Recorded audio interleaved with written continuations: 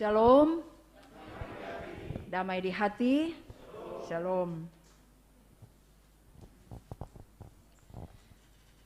Puji Tuhan, kita bersyukur karena hari Minggu yang kudus ini kita lagi ada di sini dalam persekutuan yang beribadah Jemaat Gemim Immanuel Jakarta Barat dan sekitarnya. Hari ini juga kami melihat ada beberapa tamu jemaat yang baru pertama kali beribadah bersama dengan Jemaat Gemim Immanuel Jakarta Barat. Nanti sebentar diperkenalkan. Saudara-saudara, berita-berita yang lagi hangat di media massa, media cetak, media elektronik, kita dengar, kita baca, kita saksikan bagaimana perekonomian, khususnya di Indonesia. Secara khusus yang lagi hangat tentang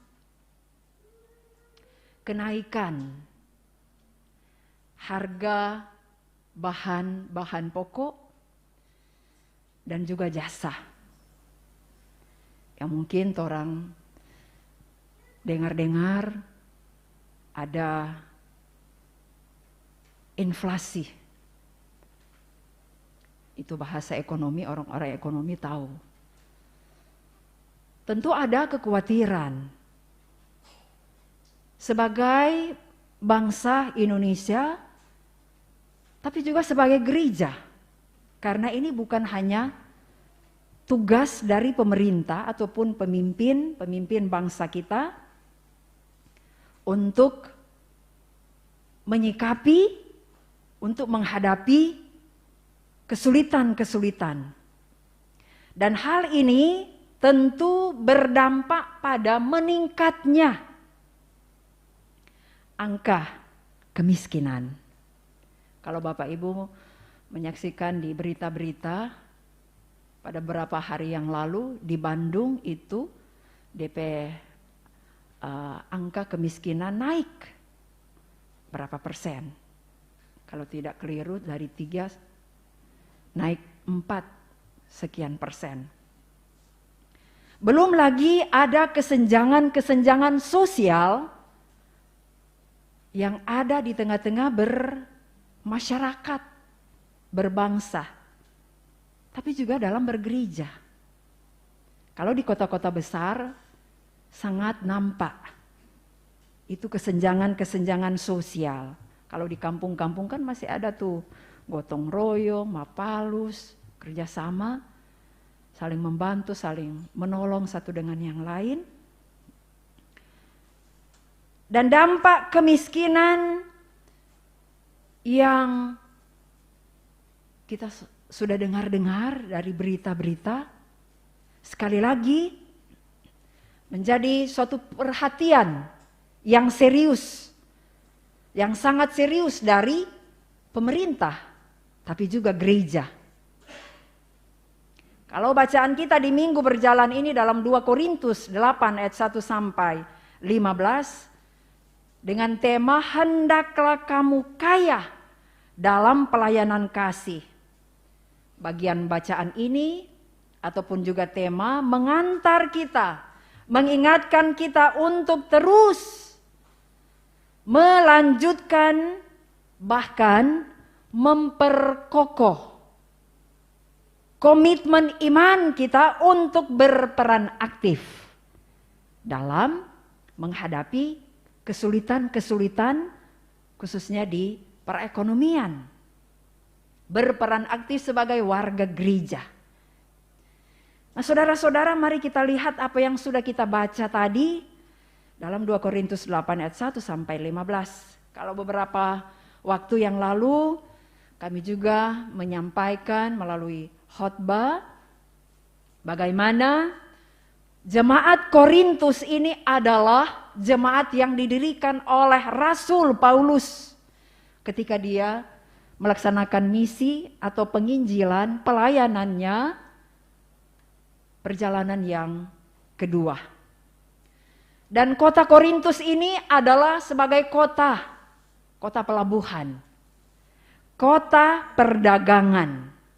Kalau bicara pelabuhan, kota pelabuhan ataupun perdagangan itu sangat terkait dengan kehidupan perekonomian dari warga ataupun masyarakat yang ada di kota itu. Dari segi perekonomian, jemaat Korintus adalah jemaat yang kaya. Jemaat yang cukup, lebih dari cukup. Bahkan jemaat ini adalah jemaat yang berlimpah. Berlimpah dalam segala sesuatu. Jadi bukan hanya dari segi ekonominya. Tapi berlimpah dalam segala sesuatu.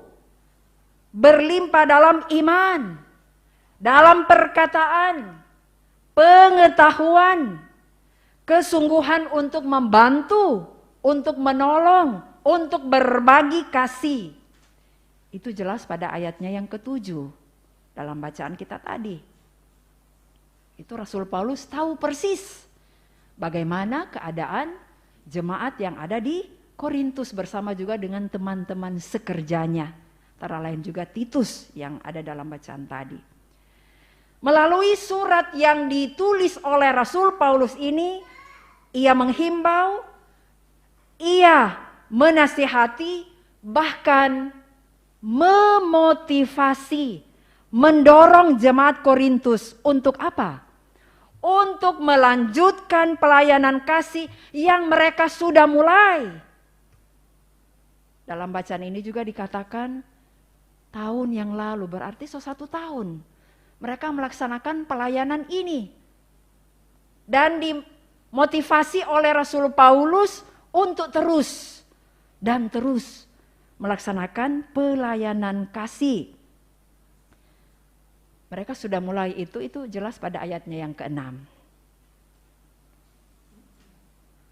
Dalam hal ini Rasul Paulus memotivasi jemaat untuk menyatakan bantuan kepada jemaat yang ada di Yerusalem.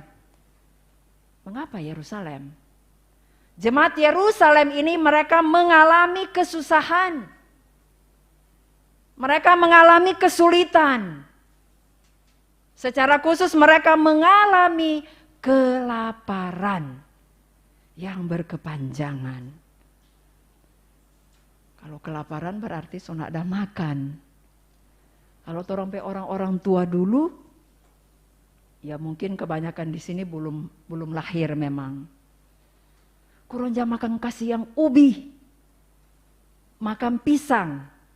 Masih syukur tuh ubi dan pisang. Kalau pisang kan itu tahan, dia kan air toh, jadi biar so panjang tuh kemarau, tuh panas, dia tetap bertumbuh. Orang-orang tua menceritakan bagaimana pengalaman mereka karena musim panas yang panjang mengakibatkan banyak orang yang susah makan.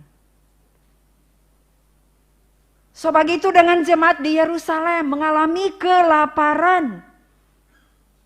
Dalam teks ini Rasul Paulus, kalau pada ayat 1 sampai ayatnya yang ke-5, dia mengambil contoh.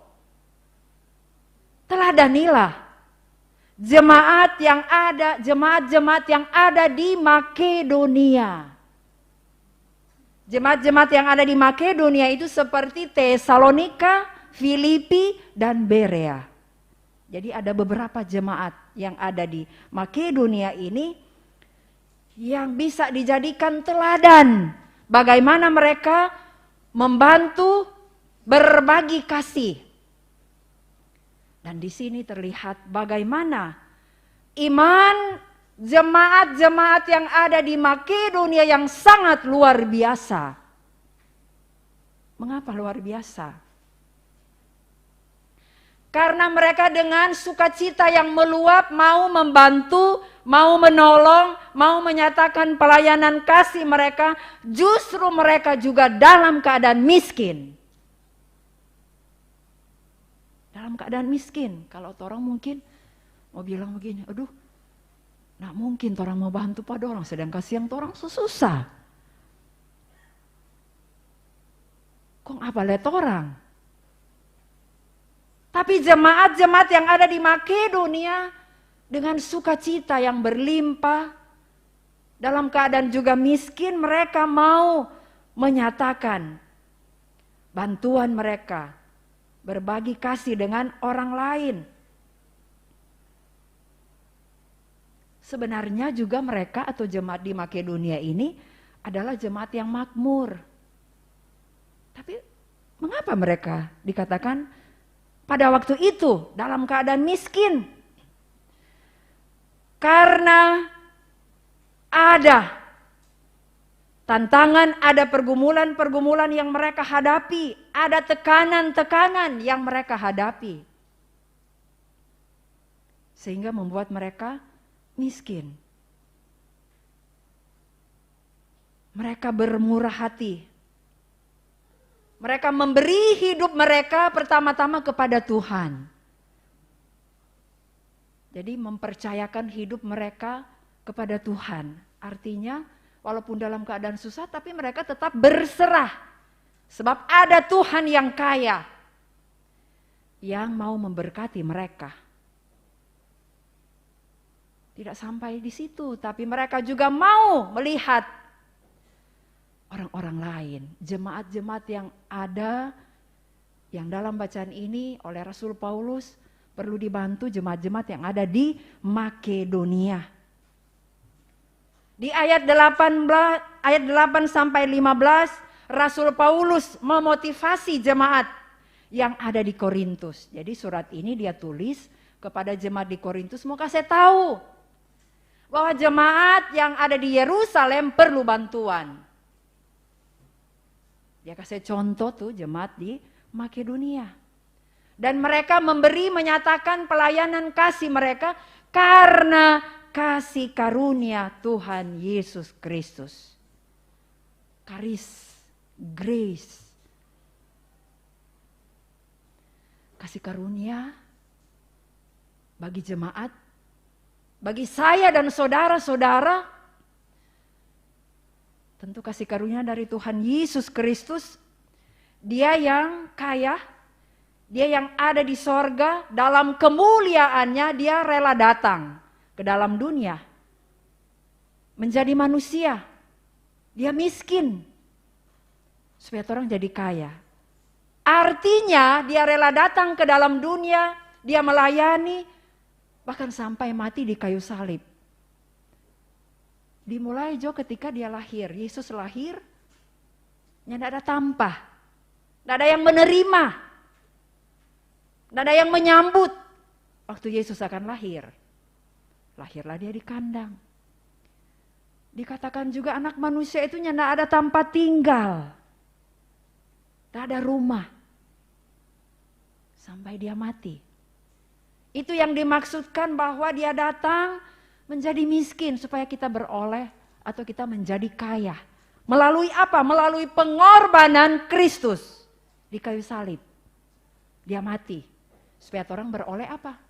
Kasih karunia itu, ya itulah keselamatan yang dikerjakan oleh Yesus Kristus. Hidup yang kekal. Oleh Rasul Paulus juga memotivasi dan menyampaikan kepada jemaat di Korintus bahwa kalau mau memberi, hendaklah dengan kerelaan hati. Berdasarkan apa yang ada pada kamu, apa yang ada pada kita. Bukan yang tidak ada pada kita.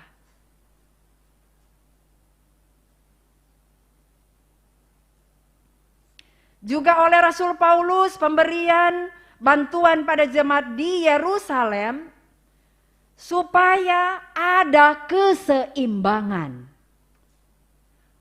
Bukan supaya tuh jemaat itu diringankan dorang beban, tetapi supaya ada keseimbangan. Coba kita lihat kata keseimbangan itu dalam bacaan ini ada berapa kali ditulis. Coba kita lihat.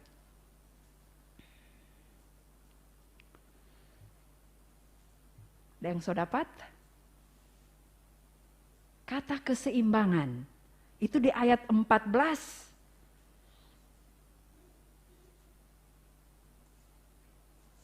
Ayat 13 dan ayatnya yang ke-14.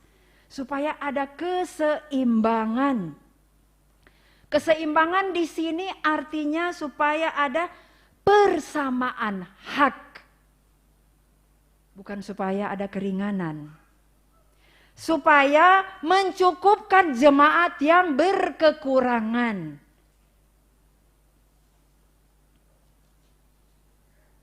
Jadi jemaat yang lebih, bantu akang tuh jemaat yang kurang. Saudara-saudara yang dikasihi dan diberkati oleh Tuhan Yesus Kristus, gereja Tuhan yang ada di dunia ini tentu dihadirkan untuk mau kasih terus apa yang Tuhan sudah kerjakan selama dia ada di bumi. Itulah misi Kristus. Misi Allah, misi Yesus Kristus. Melaksanakan tugasnya, yaitu untuk apa? Itu tritugas gereja. Bersekutu, bersaksi dan melayani. Koinonia, marturia, diakonia. Itu tuh tugas gereja. Dan tugas gereja ini, tritugas gereja ini, kalau di gereja Masih Injili di Minahasa, setiap kali jemaat menyusun program pelayanannya, itu ada, tertuang dalam program. Pertama aspek koinonia, kedua marturia, dan ketiga diakonia. Dan itu juga jelas dalam Renstra Gemim 2022-2027 sampai 2027.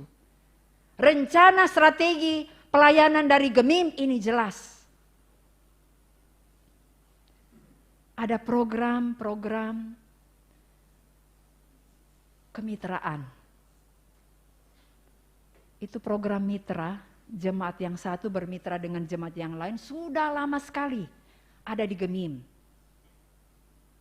Tapi juga jemaat ini bukan hanya di lingkungan jemaat itu sendiri, tapi juga jemaat Gemim bisa membantu jemaat-jemaat yang lain. Bahkan yang ada di luar daerah atau di luar tanah Minahasa ataupun di luar negeri. Jemaat-jemaat yang kuat membantu jemaat yang lemah. Kalau jemaat mitra, kalau kami jemaat Saitun Kiawa, kalau tidak salah itu bermitra dulu dengan jemaat Kumu. Kalau tidak salah itu di wilayah Tanah Wangko ya. Itu so lama sekali, mungkin kamu belum lahir. Jadi jemaat Saitun Kiawa merasa lebih dan membantu mereka jemaat yang berkekurangan. Tapi bantuan yang diberikan di sini bukan hanya dalam bentuk materi ataupun uang yang bisa dibawa. Tapi pada waktu itu berdiakonia, bukan hanya diakonia karitatif. Itu karitatif ini tuh orang yang sakit, orang yang berduka cita, orang yang mengalami bencana alam, orang kasih makanan, orang kasih bantuan. Tapi juga diakonia yang disebut sebagai diakonia transformatif, reformatif. Artinya kalau orang cuma mau kasih, misalnya ini ibarat ikan ya, kasih ikan Pak jemaat yang lemah ini, dorang mau mengharapkan terus, maksudnya mau menerima apa yang orang kasih. Tapi orang harus kasih apa? Kasih kail, supaya mau kerja. Bukan cuma begini, tapi mau kerja, kasih kail. Tapi juga diakonia transformatif. Bagaimana so kasih kail?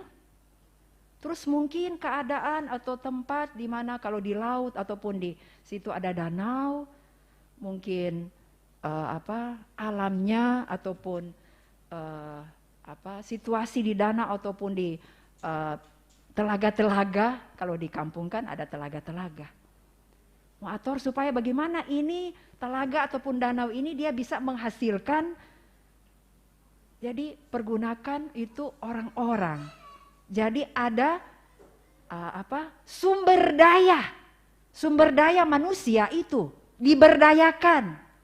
Selain yang alam itu ada tuh, yang laut ataupun danau, telaga-telaga. Tapi juga tuh DP orang-orang. Sumber daya manusianya juga. Jadi ini yang dimaksudkan diakonia karitatif, diakonia reformatif, dan diakonia transformatif. Nah saudara-saudara, sekali lagi kalau di Gemim itu sudah lama pelayanan ini dilaksanakan di tengah-tengah jemaat. Ada yang saya baca, oh karena ini desa ini, dia desa industri, desa Leilem, siapa yang dari Leilem ini? Desa industri. Dorang bantu tuh jemaat yang ada di Lembe, di Bitung dengan apa? Bawa ini fasilitas untuk di dalam gereja, mimbar, ataupun juga kotak-kotak seperti ini dorang bawa. Jadi bukan dalam bentuk uang, tetapi dalam bentuk fasilitas yang bisa digunakan untuk boleh beribadah.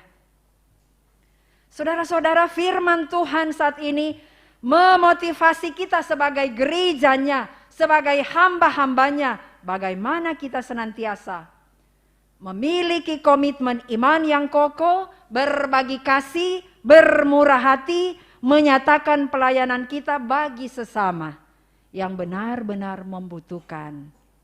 Kalau di Immanuel memang sudah sejak dari awal ketika ada program untuk berdiakonia, apakah ke panti asuhan ataupun juga yang mengalami bencana, itu diwujud nyatakan. Tapi juga dengar, oh ada jemaat yang sakit, menyatakan pelayanan itu, diakonia itu buat mereka. Tapi bukan cuma dalam bentuk diakonia uang. Bagaimana memberi kekuatan bagi mereka, melayani mereka dengan apa? Dengan doa. Mengapa dikatakan membantu mereka yang berkekurangan, benar-benar membutuhkan? Karena kejahatan-kejahatan sekarang, ada orang yang minta-minta apalagi di kota besar seperti ini. Ternyata orang-orang itu dieksploitasi tenaga mereka. Apalagi kasihan tuh anak-anak kecil. So tempatkan di mana orang boleh minta-minta. Padahal ternyata ada orang ada. Bukankah itu kejahatan? Itu enggak perlu mau kasih bantuan. Karena orang juga enggak tahu yang di pinggir jalan itu ada juga yang baking enggak tarik cacat so baking rek cacat. Tuh kaki saya model bagaimana supaya dia bisa boleh minta-minta. Orang juga harus apa? Harus jeli melihat siapa yang perlu untuk mendapatkan bantuan kita, diakonia kita. Dan memberi bantuan bukan nanti kita ada, lebih. Tetapi justru seperti jemaat-jemaat di Makedonia, dalam keadaan miskin, tapi sukacita mereka memberi ada, bermurah hati. Jadi bukan hanya orang ada atau mampu, orang bisa membantu orang lain. Justru dalam keadaan yang mungkin pas-pasan. Jangan tuh sama dengan tuh ibu bilang tadi, kita mau kasih pada orang kong kita dang. Ada yang ibu baca dimulai dengan kalimat, ya elah, sedang kita nak cukup. Kong kita mau kasih pada orang. Bapak ibu ada pengalaman. Kami bercerita teman pendeta. Bercerita sama sekali. Itu ada jadi. Ada orang yang datang meminta tolong. Lokasi yang pas-pasan. Sama juga, saya dan juga teman pendeta itu sama. Tapi orang berusaha semampu kita untuk orang kasih walaupun tidak seperti yang mereka minta pinjam 4 orang. Orang bisa kasih dengan kekurangan yang ada pada kita. Dan ini satu kesaksian, DP hari-hari berikut, berkat Tuhan itu datang melimpah. Aku dapat lagi dengan pendeta ini bercerita. Itu berkat Tuhan itu datang. Ini sebagai contoh bagaimana memotivasi kita, walaupun mungkin kita dalam keadaan kekurangan, tapi kita bisa bantu, bisa berbagi kasih, bisa bermurah hati dengan sesama kita yang membutuhkan pertolongan, yang kekurangan. Jadi tidak harus so kaya dengan materi yang ada, tapi dengan kekurangan kita juga bisa membantu orang lain. Saya dan saudara-saudara dimotivasi oleh firman Tuhan. Pribadi, keluarga, ataupun juga gereja. Beberapa waktu lalu ada bantuan ataupun diakonia juga yang dilaksanakan oleh Komisi Pemuda dan Remaja. Kemana? Ke panti asuhan. Ini perwujudan pelayanan, pelayanan kasih. Hendaklah kamu kaya dalam pelayanan kasih. Biar nyendak kaya doi, kaya harta, tapi orang hati ini kaya. Kaya berbagi, kaya membantu, kaya menolong orang lain.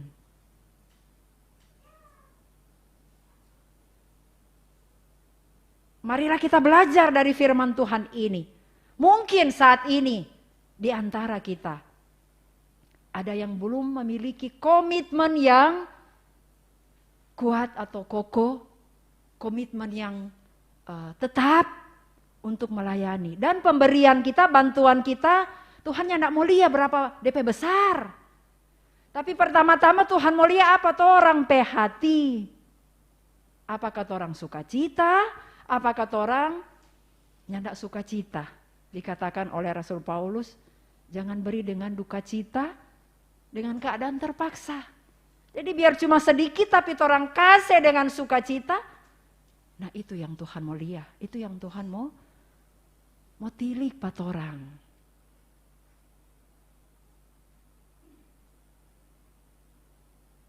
Jadi dari hati orang. Bukan mau lihat pada jumlahnya, besarnya, nilainya, tetapi dari hati kita yang benar-benar mau menolong, mau membantu sesama kita yang membutuhkan uluran tangan kasih kita. Tuhan Yesus memberkati kita, amin.